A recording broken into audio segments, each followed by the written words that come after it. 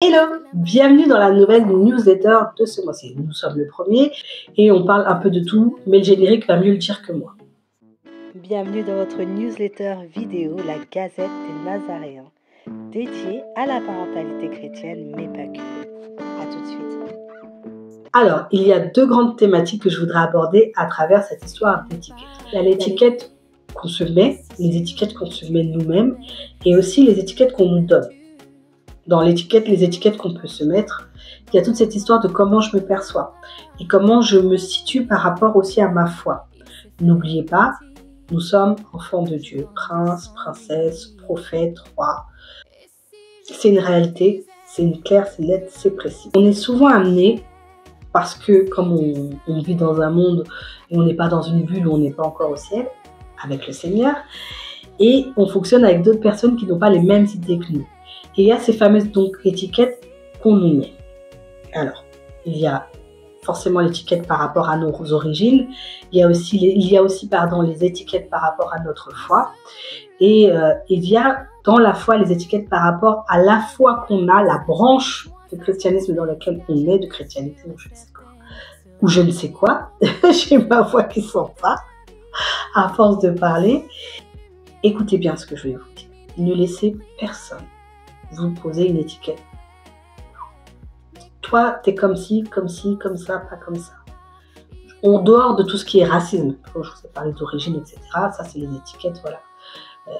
Malheureusement, on ne peut pas forcer les gens à nous aimer, mais en tout cas, on peut nous voir comment on reçoit les étiquettes qu'on nous donne. Ne laissez personne vous coller une étiquette. Pitié, pitié, pitié, et n'entrez pas dans ce jeu-là. Par exemple, souvent, moi, comme vous savez, je suis chrétienne, j'ai cette étiquette-là parce que je n'ai pas peur. En fait, je parle, moi, vous me connaissez déjà, je parle beaucoup dans la newsletter, mais dans mon quotidien et au travail, j'ai pas peur de dire, voilà, Dieu merci, ou des choses comme ça, donc je suis forcément étiquetée chrétienne. Et dans ce cadre-là, je trouve que les gens ont une manière d'agir qui est différente. Je ne sais pas ce que vous en pensez, dites-moi. Et dire, toi, tu feras pas ça parce que tu es chrétienne. Toi, nanana, parce que, voilà. Toi, tu nanana, parce que des fois, c'est les origines. Ah, mais toi, t'as pas froid. Les entiers, ils ont pas froid. Je suis née en France. Et même si je n'étais pas née en France, vous dire, frères et sœurs, c'est pas parce que nous sommes chrétiens qu'on doit se laisser marcher sur les pieds. Le Seigneur ne s'est jamais laissé marcher sur les pieds. Je suis venu dans ce monde pour donner la vue à ceux qui ne peuvent pas voir.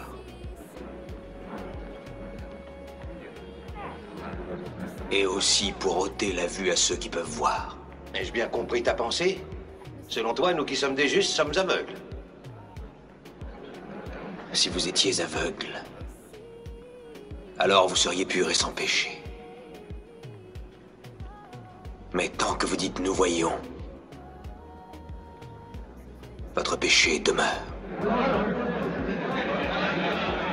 Cet homme-là est possédé du démon! C'est un imposteur! Un fanatique, un fou, un menteur! Malheur à vous, scribes et pharisiens! Hypocrites que vous êtes! Parce que vous fermez aux hommes le royaume des cieux! Vous n'y entrez pas vous-même! Et vous n'y laissez pas entrer ceux qui le désirent! Conducteurs aveugles! Sachez répondre. Pitié, répondez. Ne laissez pas les gens vous marcher sur les pieds. Ça fait partie de l'attirail du chrétien. Vous avez une force en vous. Vous avez l'Esprit Saint. Ne laissez personne vous marcher sur les pieds. Cette newsletter ne va pas être très longue, mais elle va... D'accord? Quand vous rentrez quelque part, vous avez une force. Regardez les apôtres. Ils étaient dans le Cénacle. Oh là là, comment on va faire? Comment on va faire quand le Saint-Esprit est descendu sur eux? Alors là, regardez comme ils sont tous morts, cloués sur des croix à l'enfer, coupez-le, refêtez. C'est pour ça que je ne vous dis pas d'aller vous faire trucider ou quoi que ce soit. Mais ce que je veux vous dire, vraiment, sachez répondre. Après, répondez en toute conscience. Vous êtes dans le travail, vous n'allez pas dire envoyer chier la personne. Répondez correctement, mais voilà, même avec un peu d'humour. L'humour, ça passe, mais ça passe bien même. Mais ça peut véhiculer un message. D'ailleurs, c'est beaucoup utilisé dans la publicité, vous verrez, l'émotion, tout ce qui est un peu triste et tout ça, et l'humour. C'est des pubs qu'on retient souvent. Donc, c'est pareil dans la vie. Donc, vous pouvez faire passer le message de « tu ne me parles pas comme ça », en gros. C'est pas parce que je suis chrétien que je suis bête. Comme j'aime dire, parce que je suis chrétienne, que je suis chrétienne, on ne se laisse pas faire parce qu'on est chrétien et que Dieu nous dit d'être amour. On peut être amour sans se laisser marcher sur les pieds. Il y a aussi les étiquettes qu'on aime se poser. Frères et sœurs, arrêtez de vous maltraiter. Soyez, comme je vous l'ai déjà dit, bienveillants avec vous-même.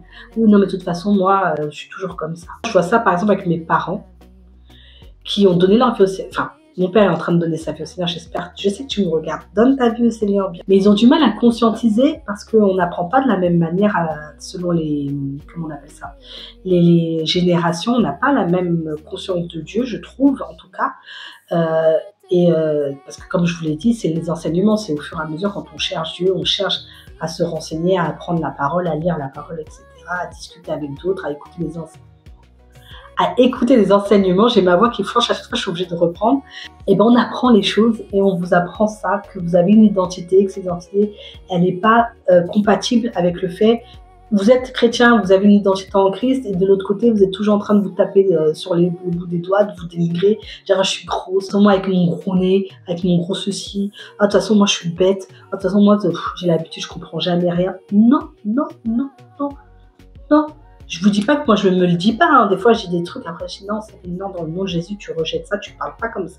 Vous et moi, qu'on apprenne à revêtir notre identité en Christ, que ce soit dans le fait de savoir qu'on est sauvé et qu'on n'est pas condamné à mourir dans le feu de la géhenne éternellement parce qu'on a péché, parce qu'on a dit un mensonge, parce qu'on a volé, ou je sais pas, qu'est-ce que vous pouvez faire d'autre, qu'est-ce qu'on peut faire d'autre même, parce que je me mets dedans. Le Seigneur est miséricordieux, c'est un fait, et il faut utiliser sa miséricorde. Et pareil, vous avez, grâce à sa miséricorde et à son amour, grâce à son immense amour, vous avez revêtu votre vêtement de fils et filles de Dieu. Donc, vous ne perdez pas ça. Ne soyez pas vous-même votre propre perte, enfin votre propre ennemi. C'est pas possible en fait. C'est juste pas possible. Voilà, c'est ça que j'avais envie de dire aujourd'hui, à travers les étiquettes et les vêtements.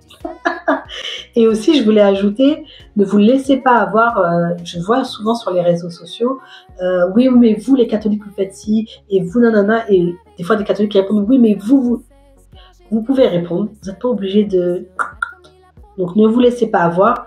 Je rends grâce à Dieu parce que des fois, on se plaint, vous savez, ma fille, l'autre fois, elle regarde les abonnés, elle me dit, on attend sur ce média-là, média social-là, on attend là, on attend, et moi je me dis, on a que, mais en fait elle a raison, ça fait beaucoup, s'il y a autant de personnes qui étaient là devant moi et j'étais en train de parler, j'étais en conférence, je pense que j'aurais un peu le palpitant qui... Donc voilà, mais en même temps, le fait que j'ai pas tout ça, ça m'expose moins. Et j'ai moins de « Ah, dans les commentaires, vous faites des neuvaines, c'est pas la peine de dire des neuvaines, Jésus nous a sauvés, on n'a pas besoin de faire ça. Ah, vous priez Marie, vous priez les morts. » J'ai pas ça. Et même si j'avais ça, tant pis. Franchement, tant pis. Donc voilà. D'ailleurs, je vous invite à rester dans cette même posture-là, à vous dire, tant pis, chacun pense ce qu'il veut en vérité, frères et sœurs, et même les gens qui parlent sur vous, que ce soit de la famille, etc., qui vous collent des étiquettes, ça c'est leur avis. S'ils ont envie de dire, oui, mais toi, de toute façon, on peut rien te dire, mais ça c'est... Voilà. Même s'il faut se remettre un peu en question aussi, hein. Si on vous dit, plus d'une personne vous dit, on peut rien vous dire, il y a un problème. C'est qu'on peut rien vous dire. Il faut quand même se remettre en question. Si c'est une personne et que vous-même vous dites à chaque fois que celle-là, cette tante-là ou cet oncle-là, quand je le vois, il a toujours un truc de mauvais à dire. Enfin, voilà, vous voyez ce que je veux dire. Vous-même, vous savez que il est comme ça. Déjà, vous l'évitez. Et puis, vous restez pas focus sur ça. Ne vous énervez pas. Ne vous énervez pas. Ne donnez pas de crédit à ce qui est dit. Avancez. Voilà, frères et sœurs. Et vous, quelles sont les étiquettes que vous aimez vous coller et que vous vous dites, ah ouais, maintenant j'ai écouté ça, je vais essayer de faire attention. Dites-moi en commentaire. Discutons, que je ne sois pas toute seule à m'exciter avec mes mains là, à parler à l'italienne. Et on se retrouve le 15 de ce mois pour ma sœur, la newsletter 100% chrétienne féminine. Je suis épuisée. Regardez mes yeux. Oh là là là. Mais je suis tellement contente de pouvoir faire ça pour vous. Donc, rendez-moi service. Écrivez-moi un message. Likez. Abonnez-vous. Partagez les vidéos. Dites-moi ce que vous en pensez. Envoyez-moi des mails. Enfin, voilà, vous avez compris, communiquer, que je me sente un peu moins seule et que je me dise que c'est pas que je perds mon temps, parce qu'on ne perd jamais du temps à essayer d'évangéliser et à parler de Dieu tout simplement, même si je suis toute seule face à la caméra là en train de parler.